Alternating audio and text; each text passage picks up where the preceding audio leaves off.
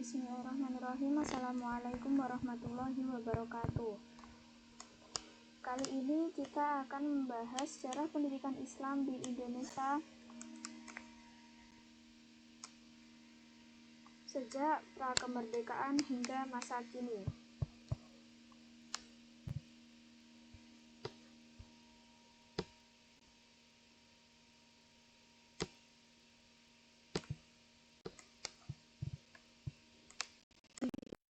Memiliki peran yang sangat penting dalam perjalanan sejarah bangsa Indonesia. Jauh sebelum Indonesia merdeka, pendidikan Islam telah tumbuh dan berkembang sebagai sarana dakwah, pembinaan akhlak, serta pembentukan masyarakat yang berlandaskan nilai-nilai keislaman melalui lembaga-lembaga pendidikan Islam seperti surau, dayah, madrasah, dan pondok pesantren. Ajaran Islam ditransmisikan secara bertemurun generasi ke generasi. Pondok pesantren sebagai pertemuan Indonesia telah memberikan kontribusi besar dalam mencetak ulama nasional. Dalam perkembangannya, pendidikan Islam fokus pada ilmu keagamaan, tetapi juga mulai mengintegrasikan ilmu sebagai respon. Pada era modern dan globalisasi saat ini, pendidikan Islam menghadapi berbagai tantangan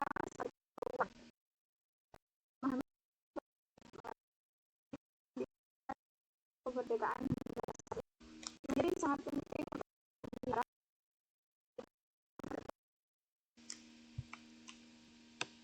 Adapun rumusan masalah kita pada materi kali ini yaitu bagaimana sejarah pendidikan Islam di Indonesia sebelum dan sesudah kemerdekaan, bagaimana asal-usul pondok pesantren ditinjau dari aspek kebahasaan, sejarah, dan perkembangannya, bagaimana peran Direktorat Jenderal Pendidikan Islam dalam pembinaan pesantren, apa saja pembagian dan tipologi pondok pesantren di Indonesia, dan apa saja lembaga pendidikan Islam yang berada di bawah Agama dan Kemendikbudristek.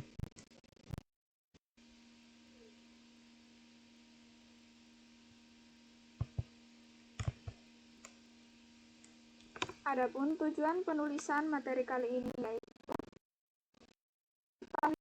pendidikan Islam di Indonesia sejak masa ini. Kemudian untuk memahami asal-usul perkembangan pondok pesantren, untuk mengetahui pembagian karakteristik pondok pesantren, serta untuk mengenal lembaga pendidikan Islam di bawah Kementerian Agama dan Kemendikbudristek.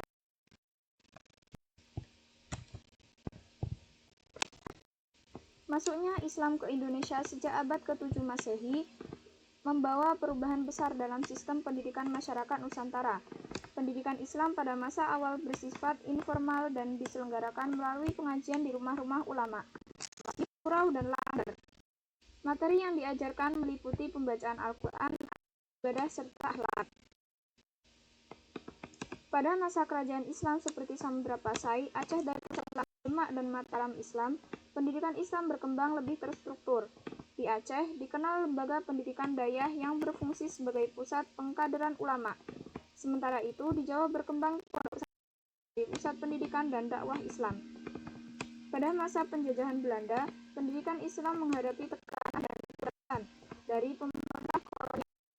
Namun demikian, pesantren bahkan menjadi basis perlawanan kultural terhadap penjajahan. Banyak tokoh pergerakan nasional lahir dari lingkungan pesantren.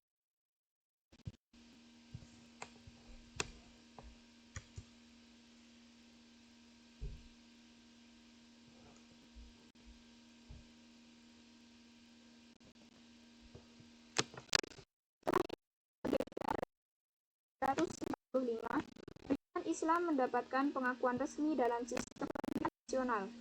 Pembentukan Kementerian Agama pada tahun 1946 penting dalam pengelolaan pendidikan Islam. Pemerintah mulai memberikan perhatian terhadap pengembangan madrasah dan pesantren. Melalui berbagai madrasah dan pesantren secara bertahap diintegrasikan ke pendidikan nasional. Undang-Undang Sistem Pendidikan Nasional memberikan landasan hukum yang di pendidikan Islam. Hingga saat ini, pendidikan Islam mengalami perkembangan baik dari segi kurikulum, kelembagaan, dan manajemen. Asal-usul pondok pesantren. pondok pesantren dari sisi kebahasaan. Secara etimologis, kata pondok berasal dari bahasa Arab, funduk atau asrama.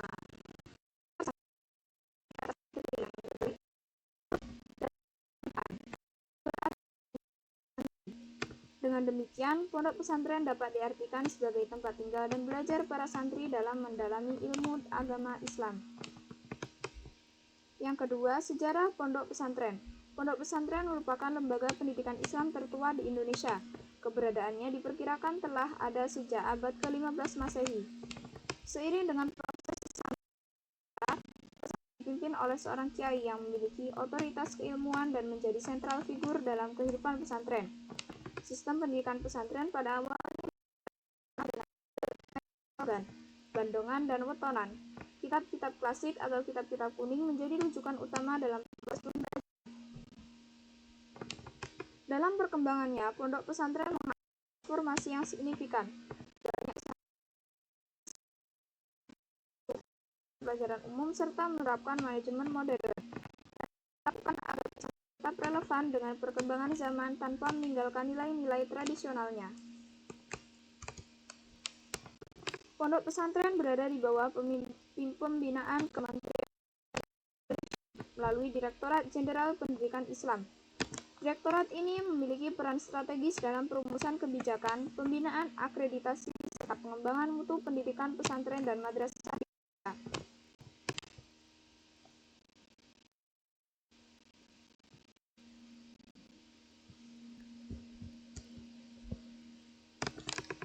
Adapun pembagian dan tipologi pondok pesantren adalah yaitu pondok pesantren Salafi. Pesantren Salafi adalah pesantren yang mempertahankan sistem pendidikan tradisional dengan fokus pada pengajian kitab kuning dan pelajaran klasik. Yang kedua yaitu pondok pesantren modern. Pesantren modern mengintegrasikan pendidikan agama dan pendidikan umum dengan sistem klasikal serta manajemen modern. Pesantren Mu'adalah. Pesantren Mu'adalah adalah pesantren yang kurikulumnya diakui setara dengan pendidikan formal oleh Kementerian Agama. Lalu boarding school Islam. Boarding school Islam merupakan sekolah berasrama yang menerapkan kurikulum nasional dengan penguatan pendidikan Islam. Dan yang terakhir yaitu International Islamic School. Islamic School menggunakan kurikulum internasional seperti Cambridge atau IB dengan penguatan nilai-nilai Islam.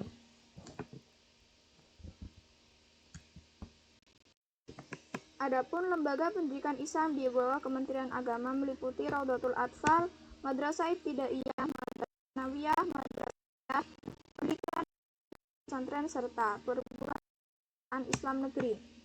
Adapun lembaga pendidikan Islam adalah sekolah-sekolah umum berciri khas Islam seperti sekolah terpadu, boarding school Islam, dan sekolah swasta berbasis keislaman yang mengikuti kurikulum nasional.